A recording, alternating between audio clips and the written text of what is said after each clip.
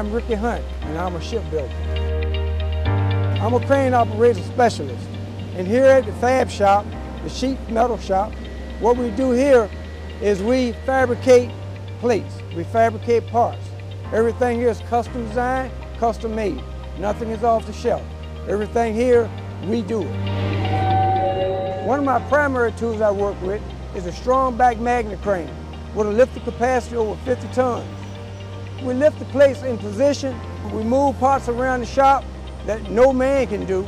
So we take the crane, the press, the crane, and the burning machine, put them all together to make one single thing.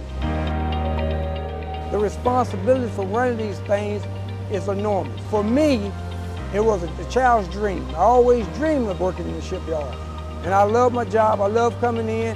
In my 15 years, I've only missed 6 hours of work in 15 years.